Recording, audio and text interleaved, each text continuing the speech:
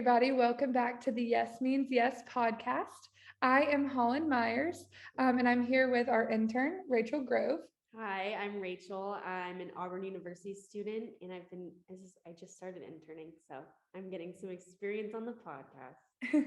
Incredible. And our awesome guest, Rebecca Sylvester, who is the Violence Against Women educator at Ashakiran. And then Rebecca, if you want to introduce yourself and tell us a little more about yourself. Hi, like Holland was saying, I work with Ashakiran in Huntsville. We are a nonprofit that helps anyone who's experienced domestic violence, sexual assault, or human trafficking. And we have a focus in particular with people who are born abroad. So any person that is foreign born, I believe is like the government term we use. We specialize specifically in working with those clients, but we do help anyone. We have a few services available that we'll probably talk about a little more later. But one of the big ones is that we have a shelter in Huntsville, and we also have a 24/7 helpline that's available in 45 plus languages. Oh, that's incredible. Okay, so tell us about how long have you been with Ashakiran? Is this kind of always what you knew you wanted to do, kind of your journey getting here at this point? Yeah, so I definitely didn't always want to work for an organization like Ashakiran. I got in through public health, actually. I went to UAB as an undergrad, and my background is in public health. And I moved back to Huntsville to help my mom for a while. And Huntsville is where Ashakiran's based. We actually work all across the state and have a location in Montgomery. But Ashakiran's actually been here for like 15 plus years. I just had no idea, even though I was from Huntsville. And once I found out there was an organization like this in the area doing the work, I saw how great the need was for it, especially looking back on my own personal life. I could see like, oh, wow, there's always been a need for an organization like this that I've just like never thought of before and like hadn't even realized already existed here. So I started with Ashakiran, I believe in September, late September. I haven't been here for crazy long, but I've been really loving it. So how would you describe your own culture? If you had to use, say, 5 words or phrases or like 5 things to describe your own culture, how would you do it? It's a great question. I don't know if I've ever thought about it. I haven't either. Maybe like, what about like being on time? Like timely, like that's super important. Politeness. Yeah. Mm. I would say respect is definitely one for me. Yeah. That's 3 words. It's kind of hard, right? It's very hard. It's kind of hard when you've never thought about it. Yeah, and culture is such a like broad term too. Like that can mean so many things. True. You could be talking about your campus culture. You could be talking about the culture in Alabama, Southern culture. You could be talking about just general American culture. On time was a really good one. I've never heard someone say that before. But that is a big part of culture, is like your perception of time and what's rude and polite. Like, some cultures being late isn't a big deal. In American culture, it's kind of important. People can be pretty strict about time here. That was a really good example. All right, Holland, I'm going to ask you for another 2. Okay. I got you. I believe in you. Whenever you talked about like campus culture, I know at Auburn, that's where I did my undergrad. We talk about the Auburn family, and so how we are all equal, all the same. And that also, I guess, could kind of be a part of the Southern culture as well. Just, everyone's family, everyone's welcome. I think that's, again, also just with my personal family, that's a big thing. So I don't know if that's even, I don't know how you know it is. And then also maybe like hard work, just being determined, being a hard worker, that might play into showing up on time, having respect for your coworkers, for your boss. Also just making sure that whatever you're doing, you're giving it your all. So hard work, respect, and like a family aspect, I guess. Yeah, that's a really great answer. You guys gave really good examples of what we usually refer to as like deep culture, which is kind of the cultural, like the deeper cultural values people have that you can't necessarily tell by looking at a picture or going to a restaurant and eating the food, Yes. Yeah.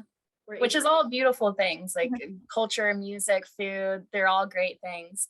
But, you know, it takes more than that to really understand a person's culture. Yes, I know. Sadly, if I was thinking of food, I think my family's culture would be hamburgers. Like that's not something I'm proud of. Yeah, I was thinking like Why not? Drive-through, fast food, fried chicken. So. Listen, there's a bit of a Chick-fil-A culture. I get it. Yes. The chicken, it really hits. Yes, exactly. Yeah, I think those are all really good examples. It can be difficult to think about our own culture. I think it's something that, especially because we live in the US and we're in our culture, you know, we don't necessarily have to think of it. Most of us don't have to think about it all the time. I think, you know, especially for people who are born in other countries and had to move here, they can be, or they moved here for whatever reason, they can be more conscious of their own culture because they've had to be. They've had to recognize what the culture is like here and adjust to it. In many instances, assimilate to it. Mhm. And I think because of that, they're more aware of our culture and their own. And I think it's good to start thinking about like, oh, what is my culture like? What is American culture like? I know a lot of people make jokes that America doesn't have a culture, Yes. but which is like, you know, it's fine to make jokes. I'm not trying to criticize that, but America does have a culture. Mhm. It's just that it's hard to think about your culture when you've just been raised in it. You know, you don't necessarily think of the way we look at money or the way we look at working or the way we look at off time, for example, as part of our culture. You just think like, oh, that's the way it is. Mhm. Like something like gender, like we don't really think about how we think about this is what men do and this is what women do is actually very different from culture to culture. Yeah. And I think that's something we don't consider because that's how we were raised, right? Yes, exactly. It's hard to look within, right? It's easy to spot it out when it's in other people or it's different than you, but it's hard to look within sometimes. Yeah, I think that's very true. But y'all did a good job of doing that. You guys went straight to the deep stuff. I thought you were going to be like American flags, fireworks. Oh no. I think that's both of our human development and family studies bachelor's degree coming in. I see. We get deep pretty quick. I can see that. Cool. I think that's the only other thing about it that I kind of wanted to mention. Yeah, and I do want to just say, I know I talked about this a little bit, but I think, you know, I'm not trying to just say, come to our workshop. I think it would be great if you did, or if anyone does. But also just remember in your daily life, like, yes, it is scary sometimes to ask people questions. I know people are very nervous about saying the wrong thing or hurting someone's feelings unintentionally, or maybe saying something offensive. But honestly, if you have an open heart and you're coming from it from a kind-hearted place, you're trying to understand, most people are incredibly receptive to that. And oftentimes, especially people from other countries, they're completely fine with you asking questions about their culture because they've come to this country. They know this country has a different culture and they usually have, you know, they've had a lot of experience talking about it. I know from my own experience, my mom, she loves to talk to people about her culture. I mean, most immigrants I know love to talk to people about their culture when they're asked. Yeah. So really don't be afraid. The worst thing that happens is you say something that you regret saying, and then you know that you don't want to say that again. Yep, you can learn from it.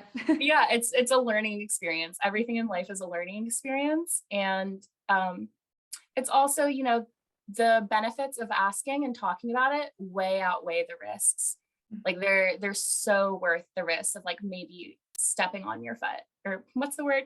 Putting your foot in your mouth. Stepping on toes, right? Yeah. Because the benefit is that if you do get the answers you're looking for, you not only get to understand a culture better and like appreciate that like difference between cultures, you also get to understand a person better and maybe their background, where they came from, and how that influences the way they look at the world. Yeah, that's incredible. So I know that you focus a lot on cultural humility when you're out in the community educating. So can you talk to us a little bit about what is cultural humility? How is it different than cultural competency, and just all of those things? That's a really good question. So cultural humility is the concept that you can't fully understand all cultures, right? Like there's so many different cultures in the world, so many different people. And cultural humility is built off of the idea that instead of trying to understand absolutely everything and feel like, oh, like I've taken a cultural competency training, I have this down pat, I'm good to go. I know everything about like Latino culture, for example. Instead of having that attitude, it's more about realizing that you can't know everything. It's about humbling yourself. It's about realizing that you know your own culture, like we all have our culture, and you know your own the best, and other people know their culture better than you will if you weren't born into that culture. And it's kind of about being open-minded and also not being afraid to ask questions. Yes, I know, especially in our roles and also just society in general, it can be scary to say, I don't know anything about that. Because Definitely. we see that as a negative when that's not a negative, that's realistic, right? We can't know everything about every culture. So that's awesome that you're doing some work to try to shed light on that and let people know it's okay to not know and how to go about asking in a, in a polite way. So that's Yeah, I really appreciate that. I think that is what we're trying to do here. So our cultural humility training is one that we typically will give to shelters like throughout the state of Alabama. But then we also will do them like online to the general public so that anybody can join. And honestly, it's been really cool. So basically we are like, you asked me the perfect question because that's what a lot of what I do is cultural humility workshops with different organizations and also language access workshops. yes, wait, that's incredible. And without going, into your whole workshop, I don't want you, don't give it to us for free, right? But kind of It's go for free. over, kind of go over, like what topics you hit on or kind of your main takeaways that you would to encourage an organization or to encourage an individual when they are trying to battle, how to be how to practice cultural humility. So well, I will say our workshops are free. Oh, So I well, would there you give it to go. you for free. So listeners, she will be linked in the bio. So go check out one of their workshops, which is incredible. Thank you for the free plug. Yeah, I think if you're an organization and you haven't done anything in this realm, or you're thinking like, how are we like culturally like, I mean, culturally competent is a good way to explain it, but like, are we being like conscious of like other cultures? Like, are we prepared for working with like different immigrant groups? I think a cultural humility workshop is a really good place to start, whether it's ours or whether it's someone else. But also, I think that there are small things you can do if you're just thinking, if you're trying to like examine where you're currently at or your organization's currently at. I think things to consider are, do you guys take into account dietary preferences that a person might have? There's lots of different dietary preferences based on like culture, religion. Yeah. Also, are you guys thinking about the fact that like, you might have employees or clients you work with that practice other religions and have other religious needs? I think language is also a huge one that people don't necessarily think of, but your culture and your language are very tied together. And I think making sure your organization has resources in other languages is like one of the biggest things you can do to Yeah. like make your organization welcome to people from other cultures. Oh, absolutely. I mean, if you can't communicate them, it's not going to go very far, right? Yeah, exactly. That's awesome. So, how does it impact services when organizations don't practice cultural humility? Like we just talked about, obviously with languages, if you don't offer those languages, that cuts out so many people that you can even begin to interact with. So I guess maybe kind of like the before and after, this is what I've seen in organizations before they started practicing this, and afterwards, this is how their services have expanded. Do you have, maybe a story like that or an example? Yeah, I think that's actually a really excellent question. I think that, well, first, if you're talking about language, like you said, like you can't provide services if you don't provide them in the language a person speaks. And there's lots of examples of that because I think oftentimes organizations don't think that they need a language program or language services because they think that that immigrant group or that population just isn't in the area or doesn't need their service. And oftentimes it's not until they make like a plan, like, oh, this is how we're going to be this is how we're going to be like more inclusive, or this is how we're going to provide interpreters and translators. It's after they do that that they actually start seeing those people come in. Mhm. Because, it's kind of a vicious cycle where if you don't have a language plan, or if you don't provide any language services, then you're not going to get people coming in for your services. And then oftentimes if you don't have people coming in, you think you don't need them. Yes. So that's like the biggest example I've seen since working here of like what having like a language plan specifically does. I think when it comes to cultural humility, a lot of the time organizations that don't consider cultural humility will have not negative necessarily encounters with like people coming in, but more so like way more difficult encounters than they need to, or just like things become overly complicated unnecessarily.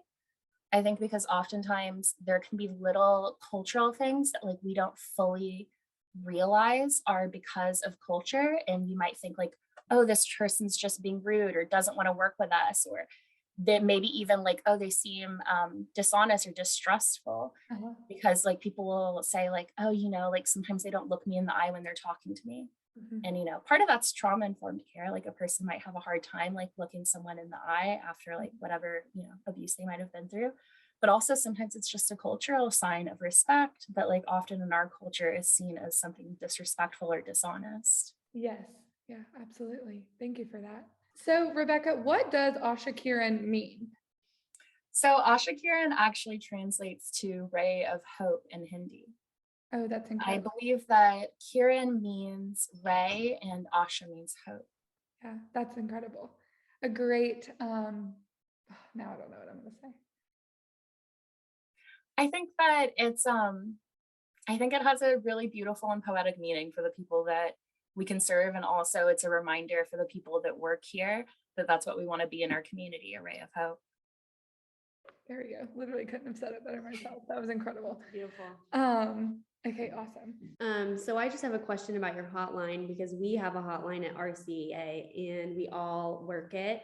So I was just wondering like how your hotline works, and like with the different languages you mentioned, like how people get in touch with the language they need and everything like that. Yeah, that's a really good question. I'm going to say that before every question. I need to remember. I do the same thing. You're right.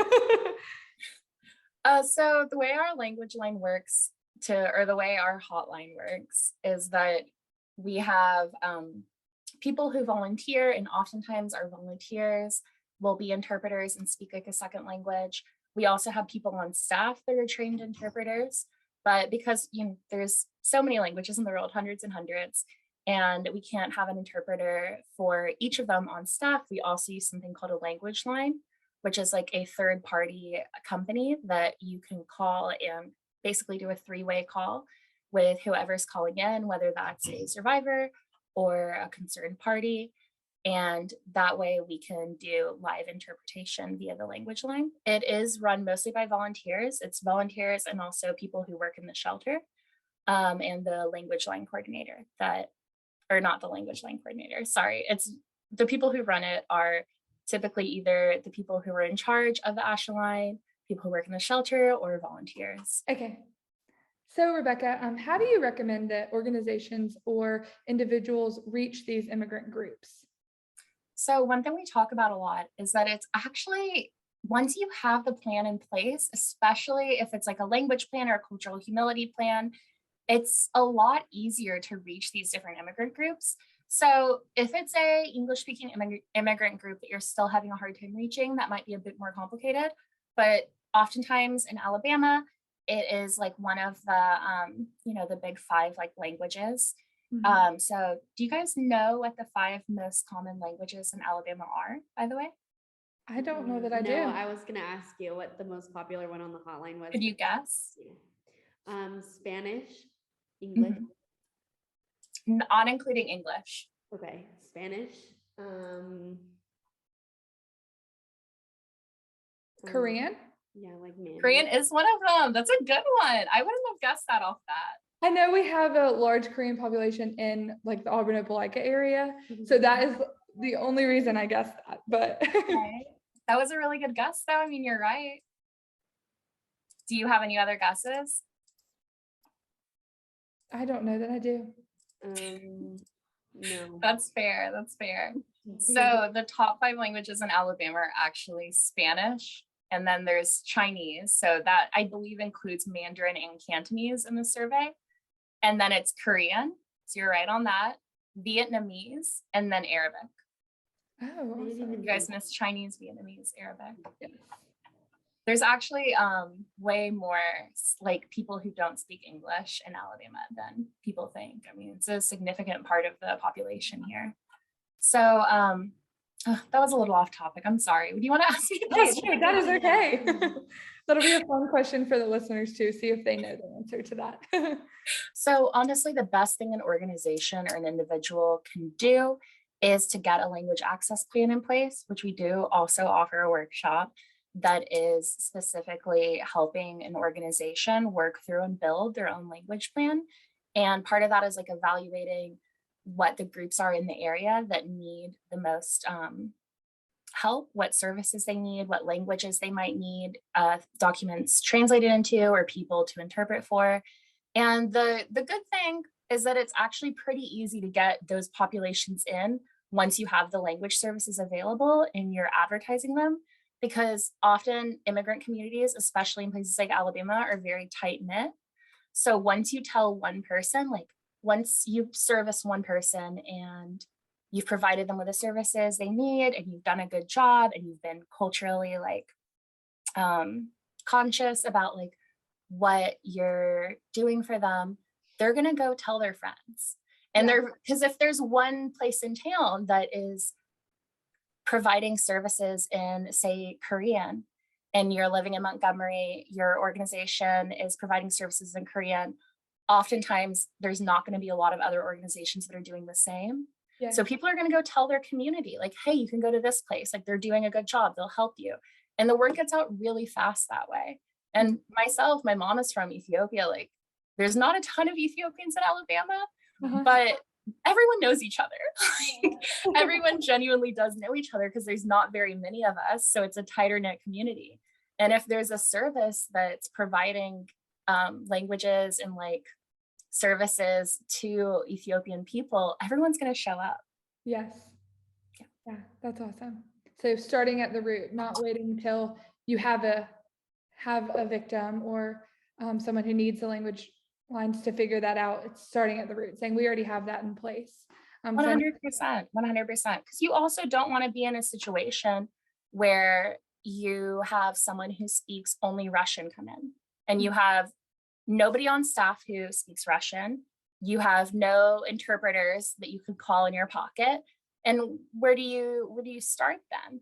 Mm-hmm. I mean, Google Translate is not going to help you in that situation. Exactly. So utilizing like y'all's training resources and reaching out to organizations maybe that you know already have a language line in place or whatever that may be. So that's, honestly, maybe homework for, organizations or listeners right now to see if your organization has a language, line in place or procedures for that. So that's awesome.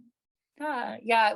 What organizations want to have is a language access plan. Mm-hmm. Actually, if you're an organization that receives government funding, federal funding, you legally have to have a language access plan. A lot of organizations don't know that actually. So it is a bit of homework, not to be a downer. No, just things to keep thinking about. Okay, awesome. And just to finish out, Rebecca, we like to ask all of our listeners just if they have a message for survivors of sexual assault, rape, domestic violence, just in general, a message of hope for survivors that we interact with. Yeah, I've been thinking about this a lot lately, actually, as I've interacted with people. And I think the one thing I want someone to know is that there are always people who are available to help you. My organization is one of those groups, but there's many and they're all over. And I want people to remember that their life has value and that the value of your life isn't based off of how much money you make or how you look or who you're dating or who you're friends with. It's inherent to yourself. Sorry, I got worked up at the computer. your value is inherent to being a human being, and to who you are, and that you should keep hope, Mhm. even if what you're going through seems like there's no end to it or that it's overwhelming. There are people who are reaching out a hand, whether you currently see it or not, and who want to give you that help. Okay, that was beautiful, Rebecca. Thank you for that. Also, just thank you for all your work you do for survivors and victims. It doesn't go unnoticed. It's people like you that, help make this community so strong and provide those, hands reached out to help. So thank you for that.